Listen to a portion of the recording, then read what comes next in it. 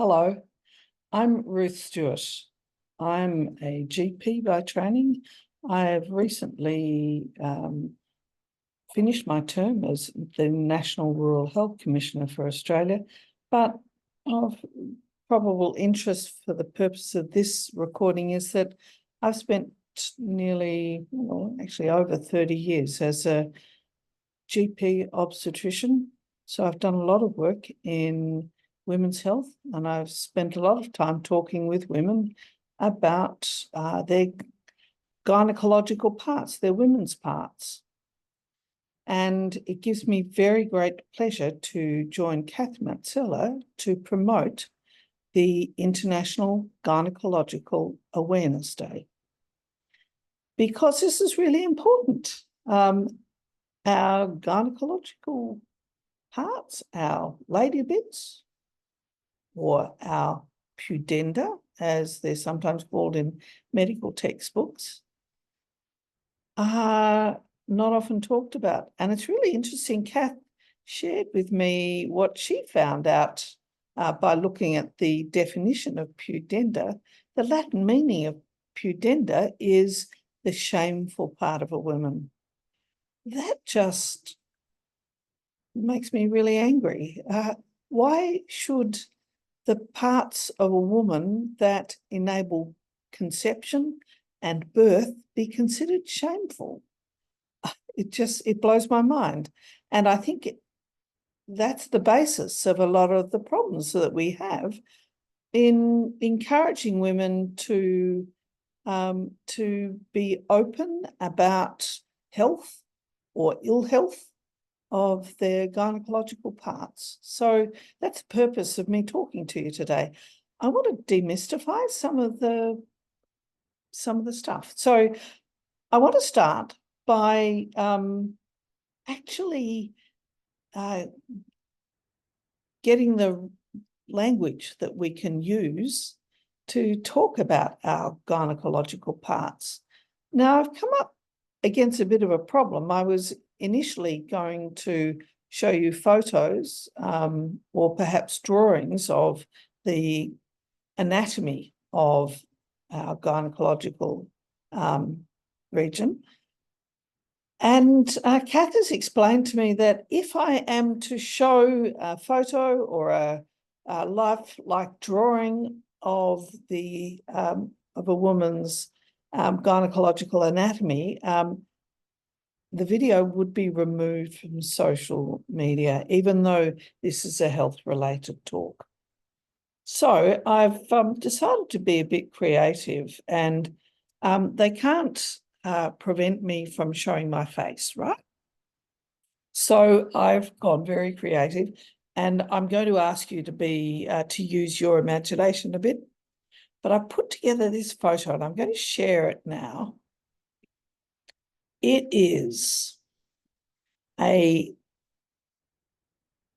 this is a photo of my face. That's my nose in the middle.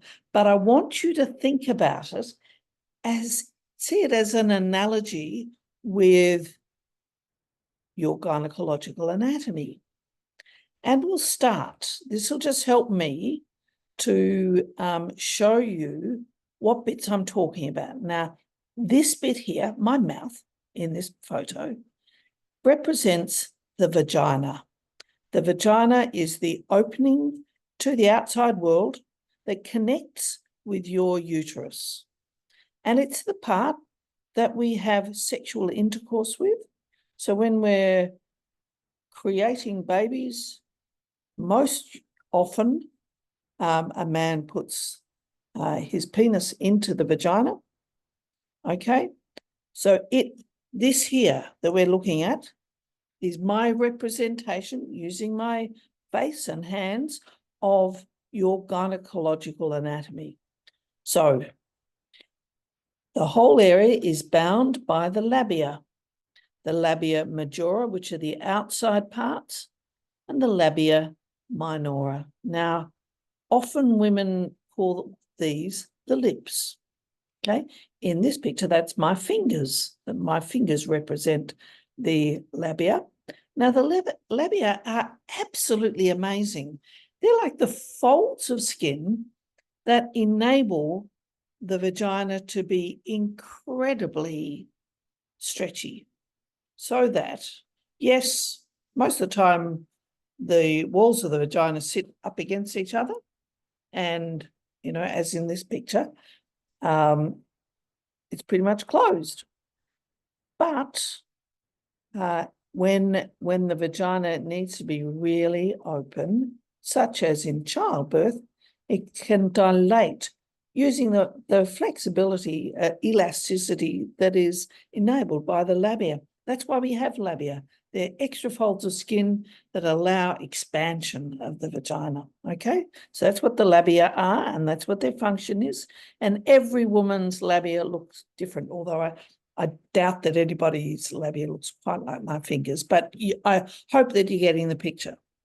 Now, in this recreation here, there's this area here, which is actually a raspberry. I raided the fridge for this. But the raspberry is meant to represent your clitoris.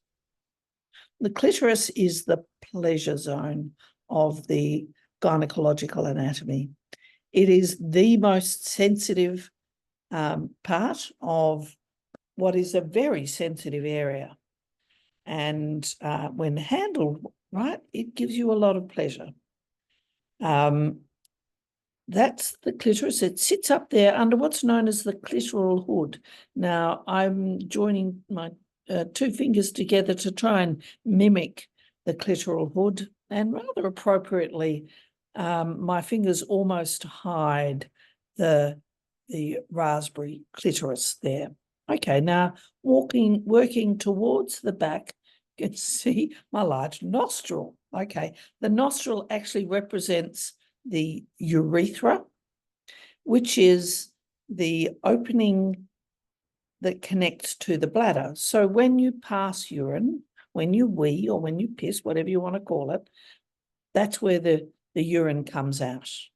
Now, I find that quite often women expect the urethra to be right up here next to the clitoris, because when you look down from up above, when you say you're sitting on the toilet and you look down to see if you're peeing, it looks like the urine is dripping off the clitoris, but that's not where it comes from. It comes from the urethra, which is further back towards the anus. Now, going on, well, so I've already talked about the vagina. And then I've got my thumb coming across the bottom here. This represents that tissue between the vagina and the anus. And I couldn't come up with a way of showing you the anus and getting it all in. But so let's just run through those names again. There's the labia, or the lips, the clitoris, which is that very sensitive little nubbin that you feel right at the front of all of this. Just when you if you slide your hand over your pubic bone, that's the first thing you'll find, and you'll know it straight away because it's the really sensitive bit.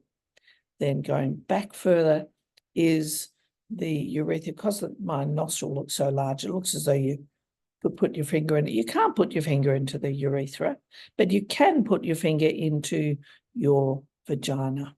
Okay, that's what your anatomy is. Now, what I want you to do, I'm going to stop sharing this. Okay, so what I want you to do is have those words so that when you go to have a conversation with a health professional, they can know exactly what part you're talking about. I can't tell you the number of conversations I've had with women where they say, my lady bits are sore. Okay, I've just gone through the list of all the different parts of your gynecological anatomy. And any different one of those could be sore for any sort of reason. And it's really important that I know which particular bit is sore, or which particular bit has a lump, or which particular bit you think has changed recently. Because that's what this is all about. I want you to know what is normal for your gynecological anatomy and what is abnormal. And I really encourage you to use a hand mirror and have a good look. We can't actually see it just by looking down. All we can see is our pubes. You know, maybe if you're incredibly flexible, you could, but I actually haven't met that very flexible woman who can see her own gynecological anatomy. So I want you to be able to identify it, see what's normal, know what's normal, and know what's abnormal, and go and seek help early if you think there's an abnormality. And I want you to be able to talk to friends about this. And particularly if you are a mother or a good aunt or a good grandmother, I want you to be able to talk to girls about this. It's a particular mission of mine. I grew up in a family where there were no words to describe this. And I had to do a medical degree to learn the words and to become comfortable with talking about this stuff. I don't think that's healthy. I want you to become comfortable and healthy with talking about your vagina, your clitoris, your urethra, and your labia. Okay?